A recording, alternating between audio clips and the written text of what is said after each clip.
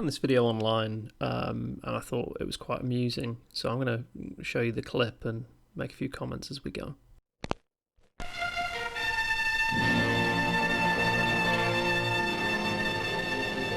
The Nevada desert in America is the scene of the latest atomic test.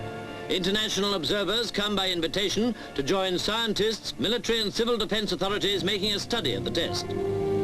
I love old-timey videos like this, and this is going to be great because we're going to see a nuclear bomb explode.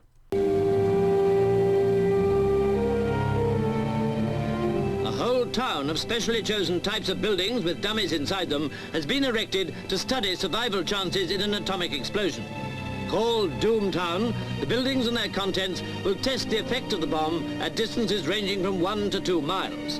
The extent to which food will be contaminated by radioactivity will also be studied, along with the effect of blast on communications. You see, it's absolutely necessary for scientists to melt some mannequins on a set, because despite nuking 2 Japanese cities and then conducting multiple Pacific Atoll explosive tests, they just don't know what the impact of a nuclear bomb going off will be. And that's why they need to invite people around to have a little look at it. Fully protected cameras concealed inside and outside the buildings will take pictures of the blast scenes. Magical cameras that are immune to nuclear weaponry. The bomb itself is contained in a device at the top of a tower 500 feet high. Tanks move into the blast area, and officers are to occupy trenches only 2,600 yards from the bomb, the closest ever in a test. What? 2,600 yards in a trench? So they're going to have people sit about 1.5 miles away from a bomb going off. It must be pretty small yield, right? Night, and army personnel with recording equipment wait for 0 hour as others check their cameras. Why did they set it off at night? Did they think that they were going to somehow not be able to film it if it happened during the day? What, the explosion was going to be too small for them to notice under the glare of the sun? And now the bomb, the marvel and the horror of our time, is exploded. Inside the Holocaust, cameras record the havoc.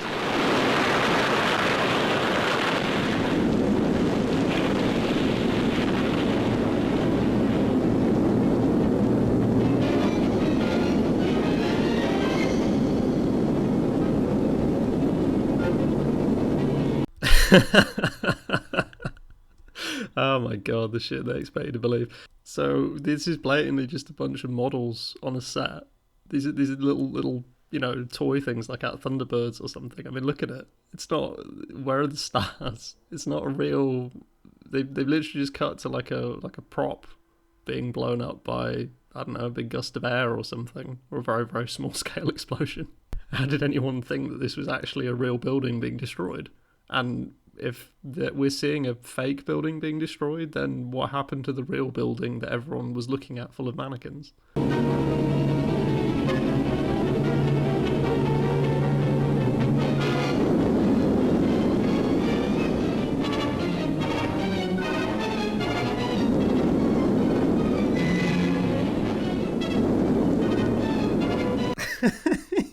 It's so obviously fake. They've just destroyed someone's Lego town.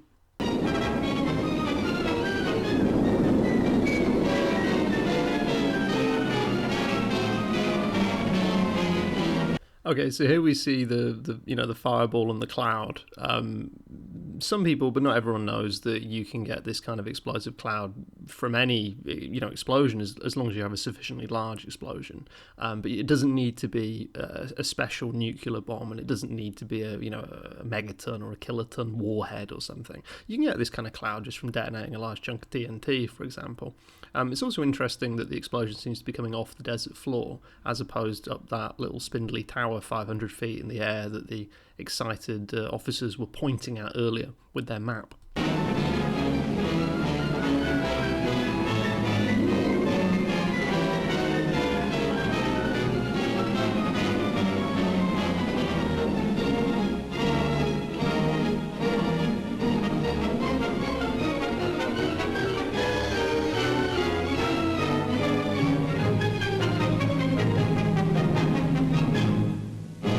After the fireball, the mountainous mushroom, rises from a bomb which was only twice the strength of the bomb dropped on Hiroshima.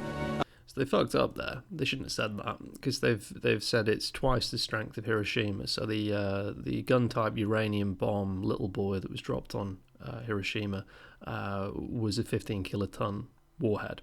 Okay, so they're saying this is a 30 kiloton bomb. All right, so I'm going to show you an image from a Nuke Map website where you can model the impact of various yields of warhead to see, the blast radius. You can see from this the size of bomb they're talking about would have obviously incinerated anyone, like the officers and the chaps in the tanks and whatnot, the officers sat in the trenches. They would not have been able to survive that. So this would have been an absolute disaster. They'd have bust all these people in, kept them up late at night, and then they'd have sat there, and everyone who they'd sent forward into the trenches would be killed.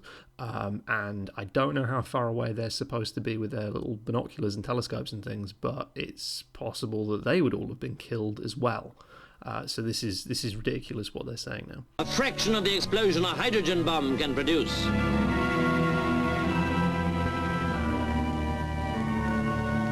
And now, as the dust settles, army personnel dressed in protective clothing move inwards towards the blast center, checking for radioactivity as they go. Experts now say the communication installations could have been quickly repaired in spite of the severity of the shock and blast waves, and that indoor concrete shelters could have fully protected anyone, even less than a mile away from the bomb. So the nonsense keeps coming. Because of the weird decision to detonate the bomb late at night, they've presumably had to wait until the following morning before they can do any kind of testing on the ground, because now it's daytime. And what's this? Or this? What sort of damage is this supposed to be? The desert floor is still. Nothing's been glassed, i.e. melted and turned to glass because of the heat that would be involved. Why are these poles still standing? How is the water tower still standing?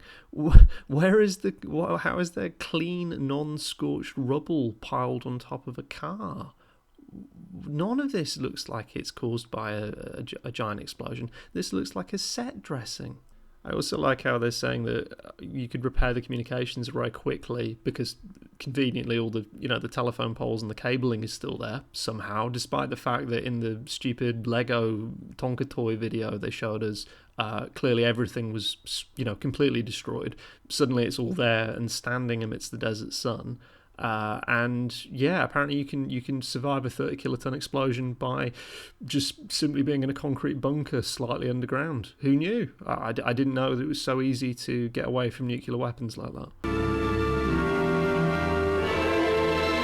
Shit, I feel sorry for these dudes. They're not wearing any masks, so they're just breathing in irradiated dust and air and whatnot. They're presumably going to die of cancer shortly after this. Full reports of the radioactivity surveys are not yet available, but the bomb has been said to have produced a very small fallout.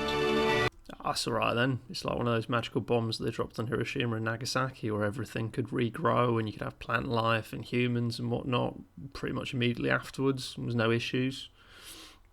Like nukes are supposed to do.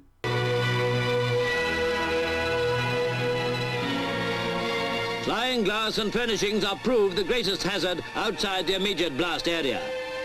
Whatever hopeful signs for mankind's chances of survival can be drawn, it must be remembered that a hydrogen bomb today can be 250 times more powerful than this atom bomb. Surely these pictures prove that if humanity is to survive, all nations today must never cease to work for peace. Absolute bunch of jokers. Need I say more? Need I say more?